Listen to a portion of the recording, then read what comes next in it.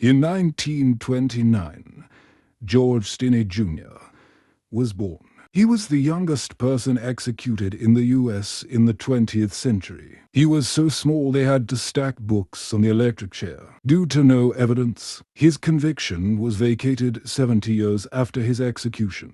George was accused of killing two white missing girls, 11-year-old Betty and 7-year-old Mary. Their bodies were found near the house where he lived with his parents in Elkaloo, South Carolina, March 1944. The sheriff arrested George, and his brother John later released because he claimed that George confessed and led officers to the place where he hid the murder weapon. His father was fired from his job at a local sawmill and ordered to vacate the company house. There was no written statement of his confession. Apart from the officer's words, he was confined for 81 days, without any visits.